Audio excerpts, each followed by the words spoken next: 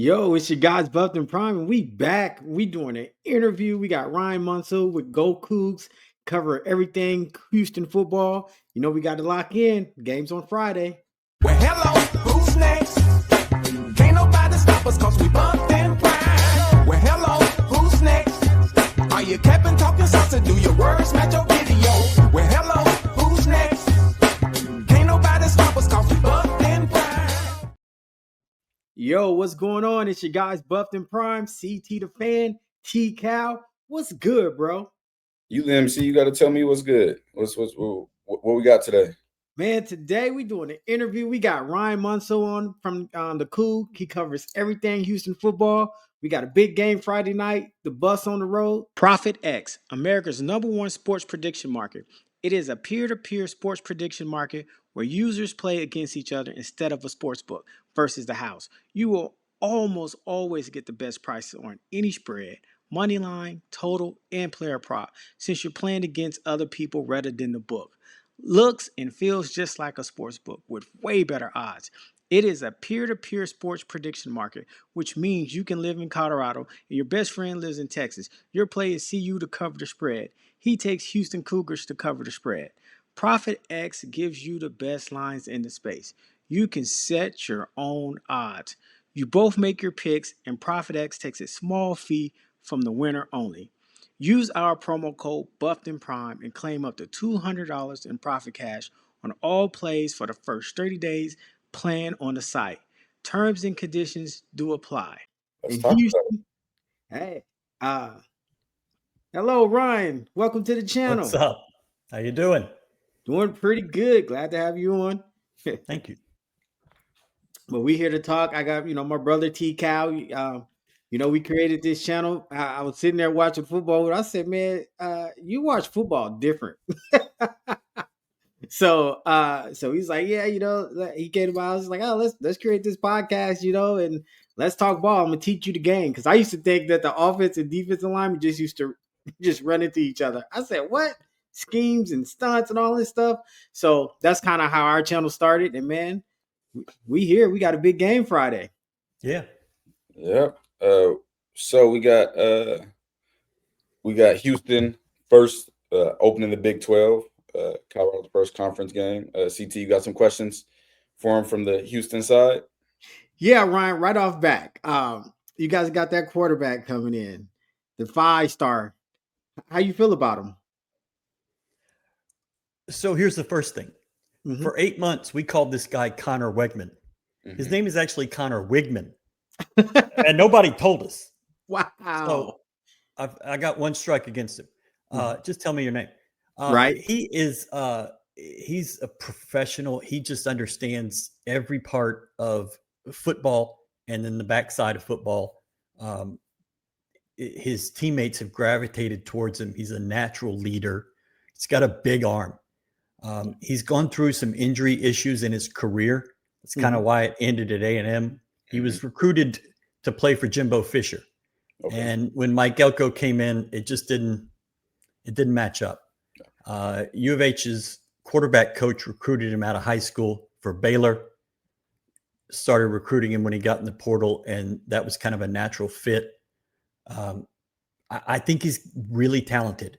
I don't think we've seen what he can do because you played an FCS team and a Rice team that's kind of in flux, and you didn't need him to do a lot. Right. But I think he has the ability. He's kind of learning the receivers. He's found one he really likes in the tight end, Tanner Koziel. And he can run the ball. I've always been told that he can run it. Mm-hmm. I didn't get to see a lot of that at A&M, but we saw it in the Rice game. He was able to get in and do some things. He ran some designed runs, designed draw for a touchdown. So there's more aspects to his game than we've really seen so far. Okay. Yeah, absolutely. And just from my background, so I'm a former football player. I was a high school American on both sides of the ball. Ended up going closer to home and shunned a lot of bigger schools. Went to the University of Nevada. Was there for a few years. Didn't work out well there. Went to Alabama A&M, where the coach recruited me to Nevada, became the head coach. was all conference there, preseason HBCU All-American, and then was in camp with the Atlanta Falcons. And now all we do is break down all 22 film and study.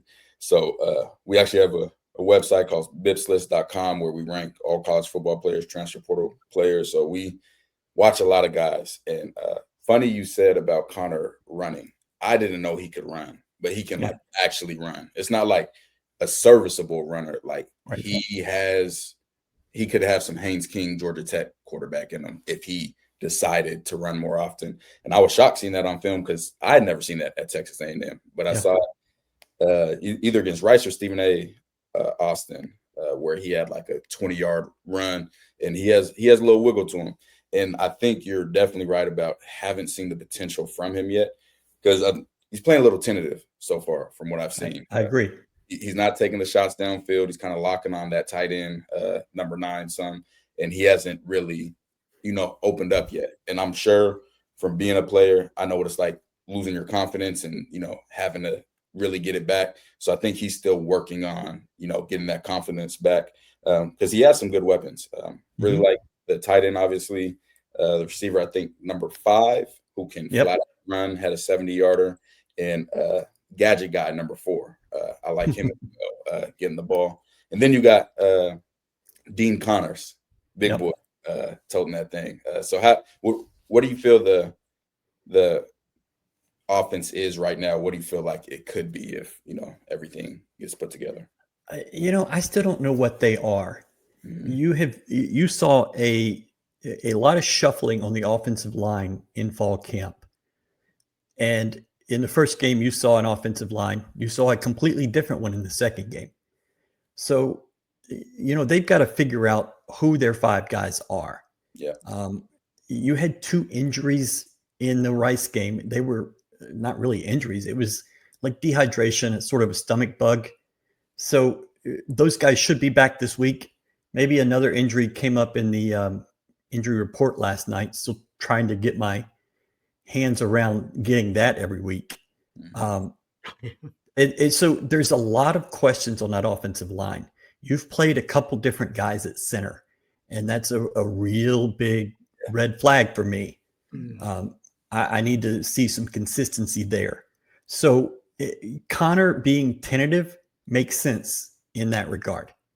And locking in on a 6'8" tight end makes a lot of sense. Real athletic tight end.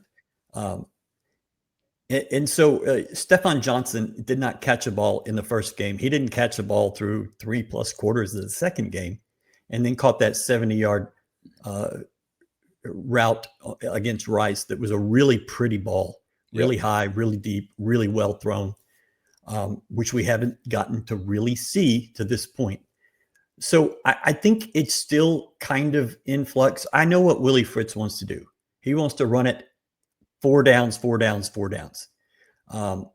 He wants to control the clock, make the fewest mistakes, and win games with a little less talent. That's what he's done at every stop he's ever been. And I expect that's just what it's going to be. But going forward, I think you're going to see it be 50-50. But he's got to be able to find those guys. You mentioned number 4, Mekhi Muse.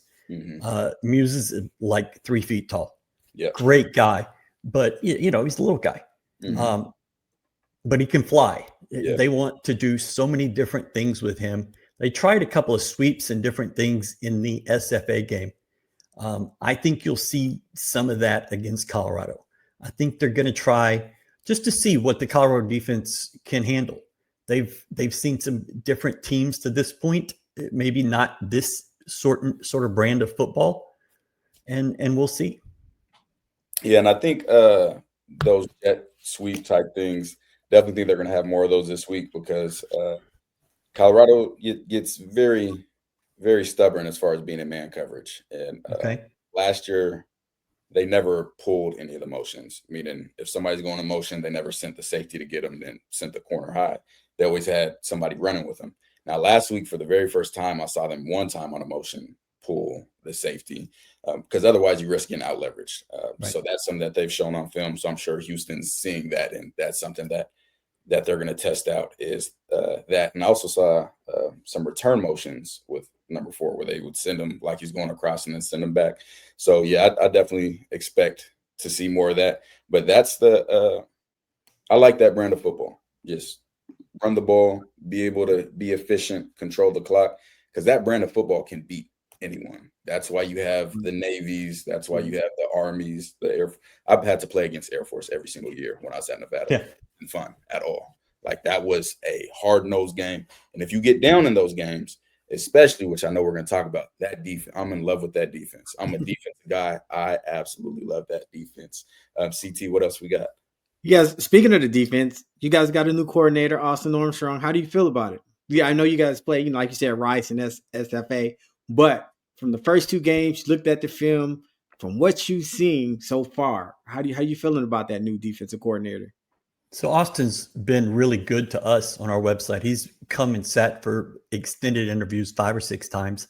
Wow. And he is doing something or has done something a little different than I've ever heard. He did not try to install a defense before spring ball. He installed a couple of concepts and then installed 4 things for the first 4 days of practice, and then 4 things the next week, and then 4 things the next week. And then he brought in about 8 things during the summer. And then every week of fall camp, a little bit more and a little bit more. And the players call it a very a complex system, but the way that he has delivered it has made it very easy for them. They can react instead of think. And that has been the biggest thing that I have seen. The players are absolutely in love with the scheme and what they're doing, but it hasn't really been tested. It is an FCS team. Rice just installed a brand new offense, which is very run heavy. Yeah. U of H did hold them pretty much in check, but you haven't seen a team that can throw the ball. And with Colorado bringing in a new quarterback this week, it's to be seen what's going to happen there. But the guys love playing in this defense. There's a great story. There's a kid named Corey Platt. He's a linebacker, number 9. He played at Tulane for Willie Fritz. Okay. 2 years ago in the season opener, he had 15 tackles before a third quarter sack. He tore his Achilles on that sack. Willie comes to Houston. He comes with him. He transfers. And in off-season workouts last year, he tore the other Achilles. That's insane. So he missed 2 years of football, 2 different Achilles tears, each leg, and came back into camp about practice 8 and started doing some work. Austin Armstrong was doing work with him one-on-one, running drills, seeing what his explosion looked like. He didn't play in the SFA game. He came in during the Rice game, and in the fourth quarter, he got a sack. And he feels like it kind of went full circle for him. He came on our Sunday night interview show Sunday and talked about it, just the 2-year struggle. And then going from, tearing that first Achilles on a sack to coming back and getting a sack in his first game. Awesome. Just a really cool story. So that's the guy for y'all to keep an eye out. He won't start, but he will play a good bit. Awesome. And so what is the situation with Blake Thompson? He was one of our highest ranked safeties, probably highest ranked in the Big 12 after watching him at Louisiana Tech last season. I see he has something on his arm, like he has an elbow thing. He had like a brace on last game. Okay. And I see I played safety, I played corner, nickel. 6 and 8, those are some fantastic safeties, open field tacklers. I love what I'm seeing from them. There's not many teams that I've watched with 2 safeties that come downhill like that. Like they look fantastic. Then you have Latrell McCutcheon. CT, I don't know if you ever watched Friday Night Tykes. Netflix. Was it Netflix? I think so at some point. Latrell McCutcheon, he played for the Austin Ducks. I don't know if you remember him. oh my God, I got to come over your house today so we can watch that. He was talking crazy, just dominating. Now he plays corner at Houston. He's that corner, number one, who we saw flying up, blowing up all the perimeter plays. Oh, okay. Yeah. It's just so, And he's still talking. yeah, Okay. yeah. And He's still talking. I love that in a DB. So yeah, I was surprised just looking at the depth chart initially, not seeing Blake Thompson starting. Do you have any insight on that? I just think there's so much depth in that room. You lost two really, really elite players in the defensive backfield. One of them announced his going in the transfer portal on the field after the spring game. AJ Halsey went to LSU. Jeremiah Wilson went to Florida State. He was all first team Big 12. But you have a lot of depth there. Yeah. You mentioned six, who's Kentrell Webb, or excuse me, 8 is Kentrell Webb. 6 is Jordan Allen. Jordan Allen came from LSU. Kentrell came from Tulane. Kentrell has just been an excellent guy for 2 years now. Jordan Allen, I'm a Louisiana guy, so Louisiana kids coming over, love to see it. And Jordan Allen is going to be one of those guys for U of H. It hasn't shown the brightest yet. Y'all have seen it on film, but he is going to be one of those guys. Yeah, and then you have 22 in the slot, who had an insane interception where he speed turned, beautiful coverage, and then was able to get an interception. And then I saw even the guy behind him, 24. It's like that defensive back room has a ton of depth in. Like, it's hard for me to tell the difference between some of them because they're all playing the same way. They're downhill, they're fast, they're making these open field tackles. And that's a huge part in linebacker we loved, 36. Really, really like what he brings to the table. So it looks like Houston's going to be relying on that defense much as I believe they did last year, except you have potentially a better offense with it. Certainly a better offense. U of H's offense last year was rough, hard to watch. It was rough. But you guys still got that. What was that? Kansas State upset? Kansas State and Utah. Yeah. And TCU at TCU. Yeah. That's just with a solid defense. So now if the offense can, put it together, I think it'll be a tough challenge for sure. Yeah. What about the defensive line? What is Houston defensive line looking like? We spoke on the linebackers, the secondary, but I'm a trenches guy. How does it look up front? They've been good against two undersized offenses. Carlos Allen, who came from Kennesaw State 2 summers ago, it kind of anchors that defensive line. You have 2 guys playing edge. You talked about Latrell McCutcheon a minute ago. His brother, Latravion, who I believe was on that show as well, it plays on the edge, as does a guy named Brandon Mack. Brandon Mack is probably my favorite player on this defense. He's just a ripped guy, 6'4", 250, came from Ole Miss as a transfer. And I think he does the things necessary to allow those linebackers and those DBs to come upfield and make those tackles. I would watch for him and also Latravion McCutcheon on the edges. Gotcha. And I saw Khalil Lufau. I've gotten a couple different pronunciations on his name. Let me make sure that I'm going to get it right because I don't want to say it wrong. Lafu is what the current pronunciation is. Lafu. Yeah. Has had a dominant couple games. Yeah, he should be in prison for one of those hits. And I'm going to because that was just crazy. When I'm watching it, and I jumped out of my chair watching it, just seeing the explosion from him getting upfield. And yeah, it's definitely the hardest position to judge is the trenches when you're going against lower competition. I wanted to show a few clips of what we're talking about so people have a visual of who this team is as far as on the perimeter and as a defense, because they do a lot of great things. Here's some. That's the play that he deserves to be in prison for. Like, that is wow. Jadeveon Clowney type hit. So this is what I'm talking about with the defense. That's just there. But then we got Latrell McCutcheon. Watch when I say fly around trigger. Yeah. Downhill. So that defense is active, is fast.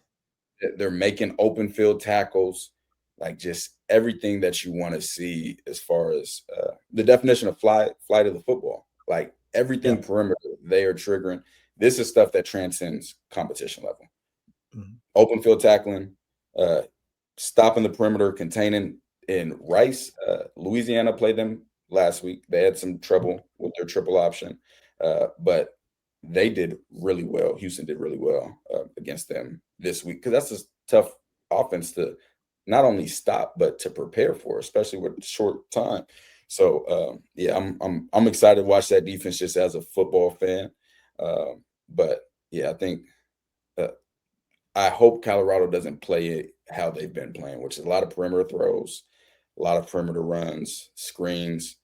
That's what that defense wants more than anything. CT, you got what you got before we get to some of his questions?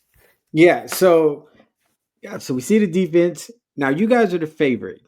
So are you comfortable being the favorite? I mean, no. As home favorite. Yeah, and they gave you guys a nice spread. I think I've seen it as 5.5, some even at 6. Yeah, that's a healthy favorite. It doesn't make sense to me because living through this offensive output last year, and you struggled this year. The fan base was not happy with the 27 points against SFA.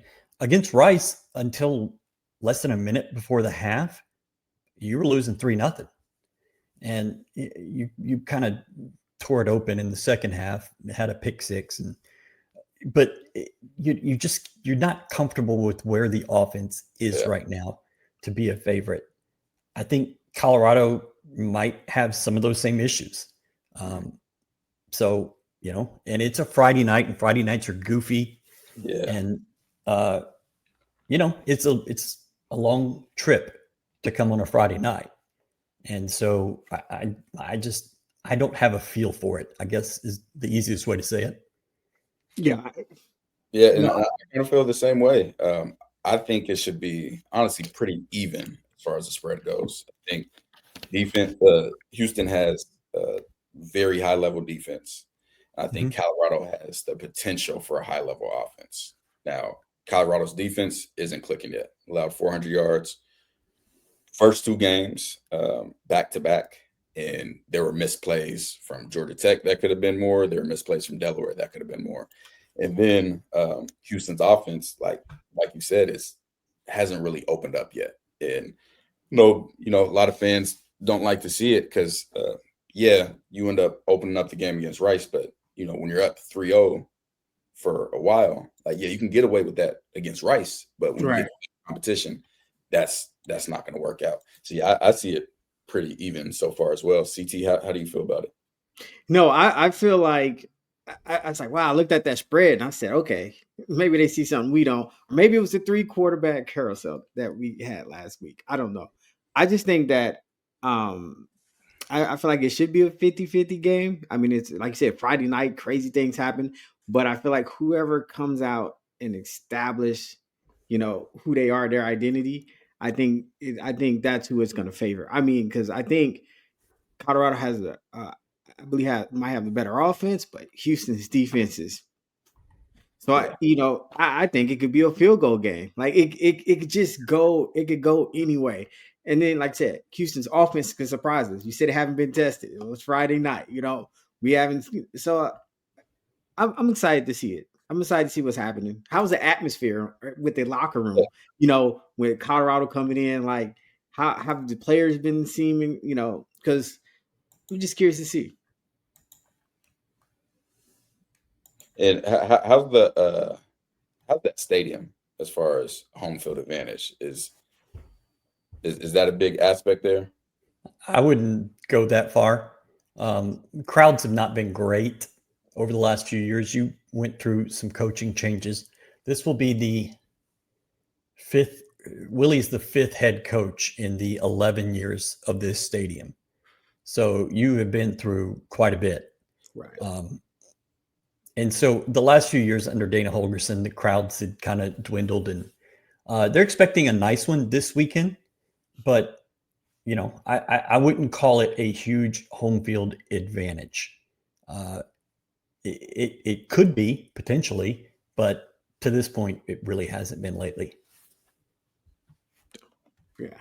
But you did beat Kansas State and Utah back-to-back weeks in that stadium. So it can't happen. Yeah, definitely. All right, what do you got for us? What are you curious about on the Colorado side of things? Why is Ryan Staub the guy? Why is he getting the reps, and why is he going to be the quarterback? That is a loaded question. So Caden Salter played week 1. Thought he did a really solid job running the offense, being on time with throws. Then there were some scramble drill plays that I don't think the receivers did a good job on scramble drill as far as getting the open space, giving your quarterback a target. And a lot of scramble drill is continuity, being with your receivers, being, them knowing what you're thinking and so forth. So then after that game, which they lost by 7, they said that they were going to be rotating the true freshmen in, which not a fan of, especially these early season games. That's when you want your team to get the rhythm, especially when you're playing a team that's just getting the FBS. Right. Like if you're going to do something like that, don't rotate them. Let one play a half, let the other one play a half, but don't take them in and out of the game, because rhythm has such an impact on the game of football, momentum. So Salter played. He had a perfect first drive. Again, just playing within the system, getting the ball out on time, hitting his back foot, running the RPOs and everything. So they scored 10 points. Then Juju Lewis, 5-star, comes in, struggles, and it's not a surprise. He's a true freshman. They're blitzing him like crazy. Like that's, part of the growing pains. Then none of us knew that Staub was going to go in. So Staub goes in. He almost throws a pick 6 on his second throw. That would have been Delaware 14-10 at half, which would have been detrimental. Then ends up getting a touchdown later that drive. It was from a busted coverage in cover 2, dumps it off to the running back. Running back runs up the field. And then have another busted coverage in man where he throws like a 70-yard bomb to a dog wide receiver. Sincere, coming from Campbell, was at USF before. I'm actually the reason he got to Colorado. As soon as I seen him in the transfer portal, I watched his film and I said, this guy's a freak. 6'5", 190, 4.3 speed, high points the ball, like just a real menace.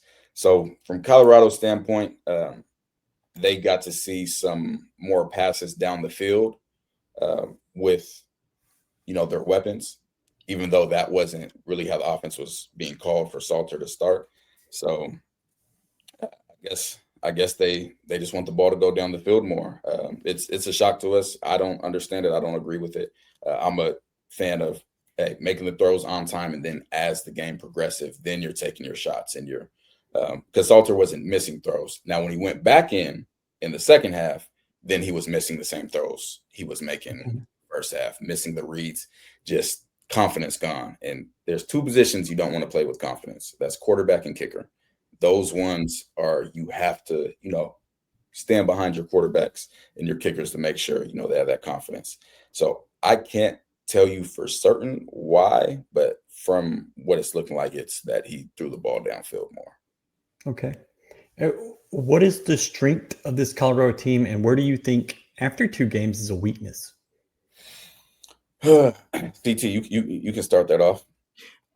Well, the strength, I think, I like. So this year we started off running the ball. Last year, I mean, it was not known. We didn't run the ball at all.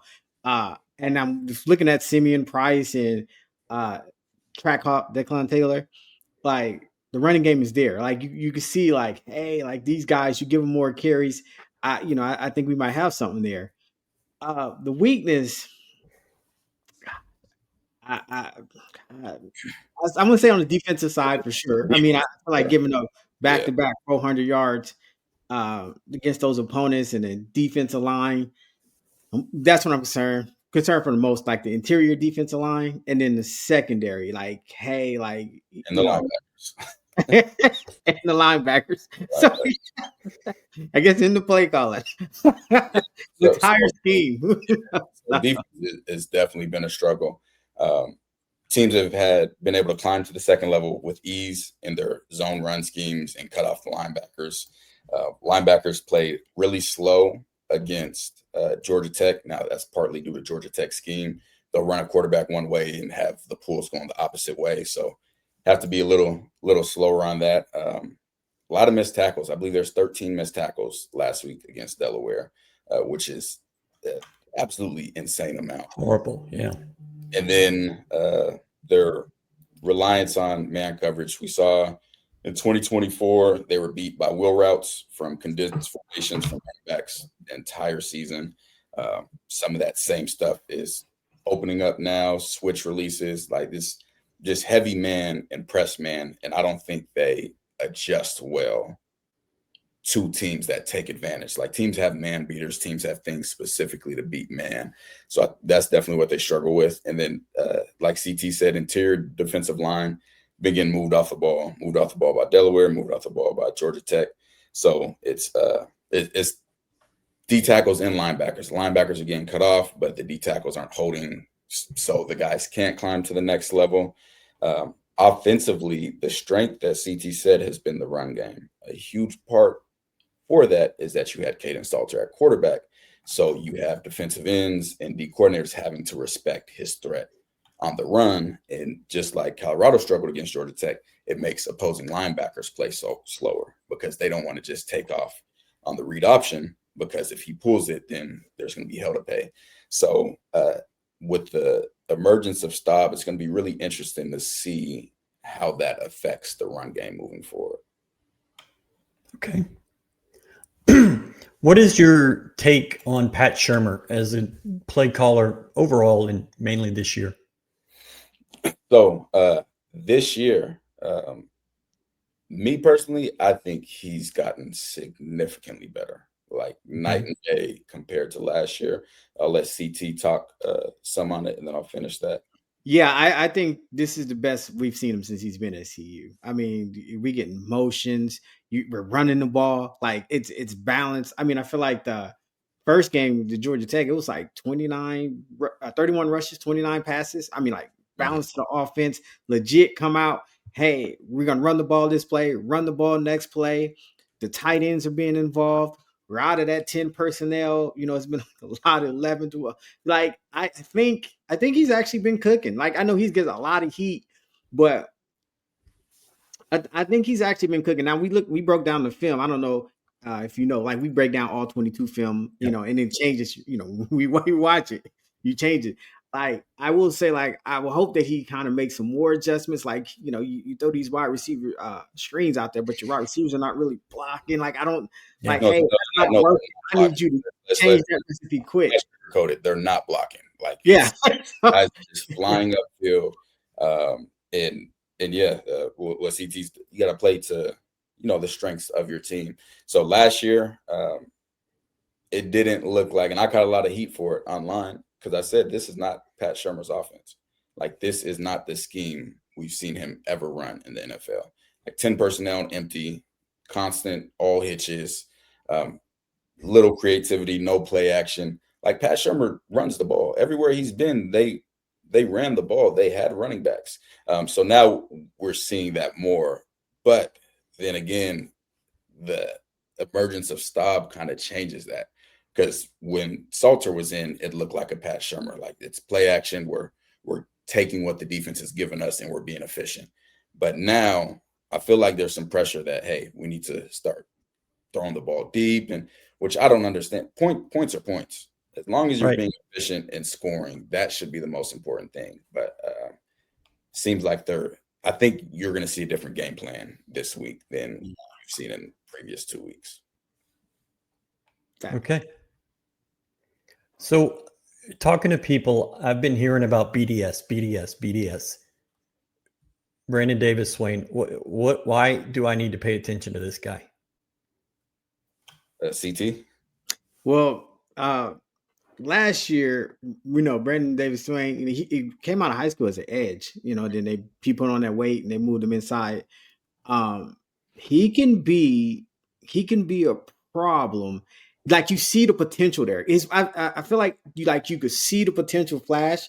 I still feel like he's still learning a new position, still learning defense. But I think when people say BDS, it's just because they see the potential there. But you can also see where he's still fresh. Like he's still learning. Like I said, you move from edge to defensive tier, so he's got to like be able to pick up the double teams. Stay in his gap, stuff like that. But you can see the talent there. So I mean, I wouldn't be surprised if he make a few plays this game. But because he definitely has the talent. But I mean, I feel like he's still learning that position. So we'll be remain to be seen. Yeah, so he was the edge coming out, and I believe he holds the record for he's the Michigan sack all-time leader as edge. Moved to defensive tackle, and he's had rougher first 2 games from what I've seen, and that's from actually watching the all 22 film. He's gotten walked back a considerable amount in the run game. Now, I will say he's the best pass rushing defensive tackle that Colorado has, but he can be undisciplined as well. Like you see him vacating his gap to try to get an easy win versus doing his assignment. Younger player things. So nothing on. I think he has a ton of potential, especially with his pass rushing ability. But right now, I haven't seen it to tell you, he's going to be a major factor or somebody that you have to lock in on. I just haven't yet. Now, right. You need to be concerned about Mr. Keaton Wade. Yeah, Keaton Number Wade. 27, that edge. I don't know if you watched Georgia Tech or if you watched a little bit of the Delaware game. 27, and then from last year, Keaton Wade missed half of the season. He was hurt, but he came when he came in that Arizona game, pure havoc. I think he had like 6 sacks in 6 games or something. But he's not just a pass rusher. He's very good in the run game. He will blow up blockers, shock and shed. And he transferred from Kentucky. At Kentucky, they had him playing like a jack position, but he also stacked back to an off-ball linebacker at times. Okay. He was really like a tweener. But now I think he's becoming more of a true edge or true jack, where he's able to stand up but still be really effective in the run game and really effective in the pass game. I think he's, bar none, had the best first 2 games for Colorado on defense. Okay. Colorado was recruited pretty well in Texas. You got 20 plus guys, I think, mostly Dallas area, East Texas, Longview. Not as much in Houston, but do you think this is going to be something now that you're in the Big 12 and this is going to be a game that you play a little more? Is Houston going to be a focus for Prime? I definitely think so, because you have all these Texas guys, so they're coming back home playing, and then you have the kids who know these guys watching them, the high school kids. So we want to see what those guys do there. So depending on how this goes, I mean, Prime opened up his FBS debut in Fort Worth, beating TCU. So I think this could open that up if you go in there and you have a really good showing. Okay. That's all the questions I have. Oh, go ahead. Sorry, run the ball. Yeah, I agree. I think I think it does put eyes on, I think Prime loves to recruit out of Texas. So I think he does look at this as being an opportunity. So I definitely probably think you'll probably see quite a few of the Texas players might even play. Like you just don't know. Honestly, we don't even, you might see Staff for the first half. Like it's anything. Like it's anything goes with CU right now. So just don't be surprised. Yeah, it's up in the air for sure. But I'm excited for it, mainly because of Houston's defense. I just love good defense, and yeah, I think this is going to be a identity game for both teams. Specifically, offense is what are we going to be going for? Like this is the time. Colorado had to play a really tough opponent week 1, but then followed up with Delaware. And you guys had Stephen F. Austin and Rice. So now it's like, okay, Big 12 conference, week 3. Now it's time for us to start to find our identity. So I think a lot of answers will come out of this game for both teams, which you need to have at some point during the season. Can't be confused the entire season. So yeah, I'm excited to see that. And Ryan, man, we appreciate you coming on.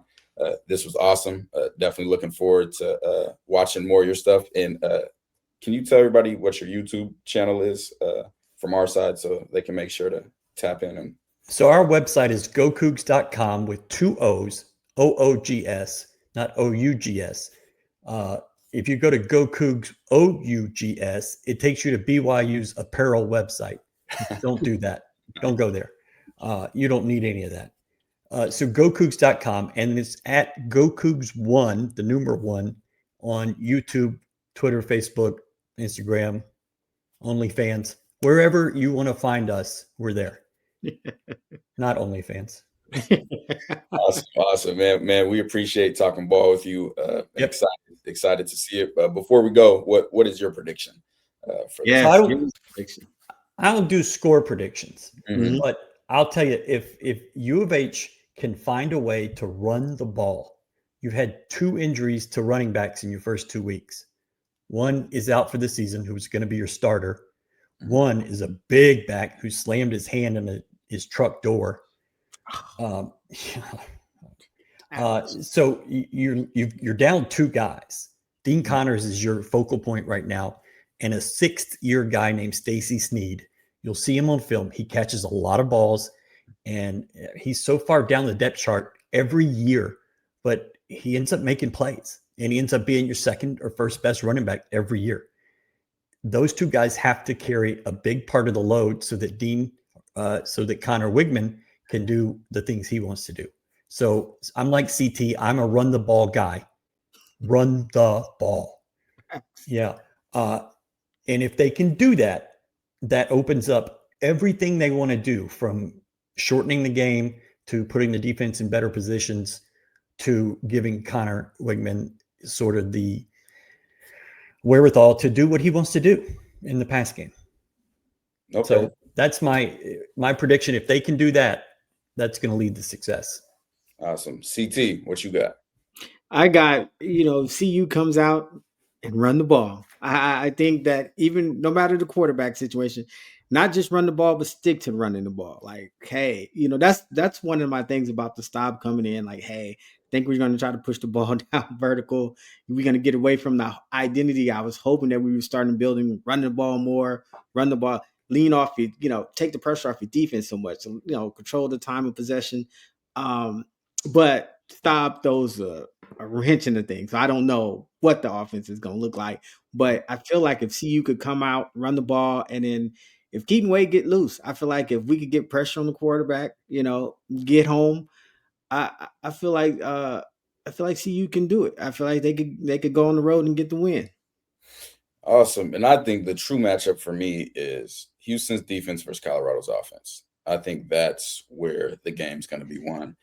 For Colorado, got to run the ball, but you can't run a lot of the runs you've been running. Can't be a lot of stretch plays, can't be a lot of outside zone. This is not the defense that you want to try to stretch laterally. So it needs to be more gap scheme. Try to get vertical now as far as the run game. And then pass game, Houston hasn't been tested much downfield so far passing. It's been a lot of shorter concepts, a lot of run heavy. So see how these corners can play in space. And if I was a Colorado OC, I do a lot of double moves early and often, even if I'm not planning on throwing them, just to keep the DBs honest, because they come downhill. They sit on hitch routes. They had a pick six recent, I think last game or the week before. Yep, last game. Yep, from a hitch. So you have to keep them honest. And a good way to do that is run hitch and goes early. Just keep them on their toes, see how they respond to that. And then for Colorado defensively, I'm bringing pressure. I could tell, I didn't know specifically about the O-line, but I could tell from how I seen them playing that the continuity's not there. Like there's some missed assignments and they just don't look comfortable and confident. Yeah. So I'd be sending pressure, sending from different ways, getting some secondary guys involved. And then I would probably bracket the tight end. Like that is his favorite target. That's who he's going to lock in on. I'm going to make you beat me with what you don't want to do. I'm not going to let you beat me with what you want to do. So I think that's going to be the keys for Colorado. And for Houston, if Houston can get the lead early, I think all hell breaks loose because of what that defense can do. If you let that D coordinator get exotic, which I've seen him do, playing cut coverage, having 7 guys mugged up at the line of scrimmage, that's going to work in their favor significantly. So Houston starting with the 10-0 lead, I think that completely changes the dynamic because that also changes what you do on offense for Houston. Now you can be more conservative. Now you can run the ball. You don't have to try to force the ball downfield. So, yeah, those are my keys for both. And if you can get a lead early, if Houston can, that puts so much pressure on Staub. Yeah. Is he going to panic? Is Prime going to panic and throw somebody else in, abandon the game plan?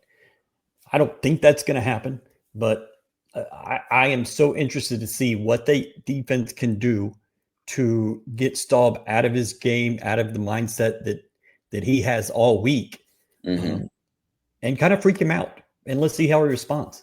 Yeah, that would definitely be my game plan if I was Houston. So, hey, Ryan, again, appreciate having you on. Yep. You guys make sure you go check out Go Coogs, OOGS, not OUGS. And yeah, we will be watching this game in a couple nights. And for our fans, you got to join our Patreon. We'll do live watch parties for the games, and we'll be posting that on YouTube. So, man, appreciate you, Ryan. And, thank you so much, man. All right. Appreciate it. Thank you. Appreciate it. It was fun. In touch. All right. So, got to have Ryan on. Gave a lot of good insight into Houston, their philosophies, how they're feeling right now.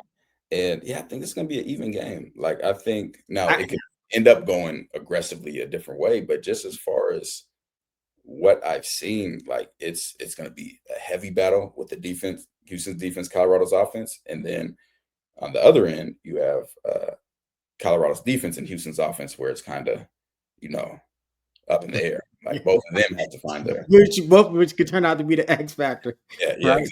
Houston's offense and Colorado's defense. I'm excited for the game. Shout out to Ryan Gokus for coming on. Bringing us that insight. Telling about the offensive line. It's with TU's defensive line. It's a road game. It's in Houston. It's Friday Night Lights.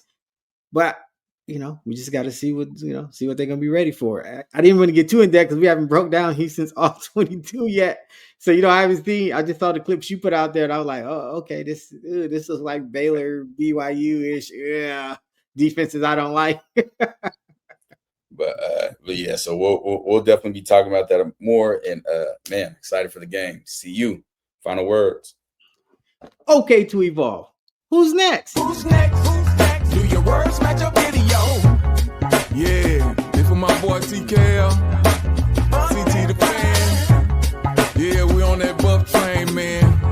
Yeah, the boys, they put it down. I watch them every day. Hey, they gonna put you on a belt, but they gonna put you down there where you belong. They ain't gonna care for you. Nah, they ain't gonna care for you. Yeah, they gonna love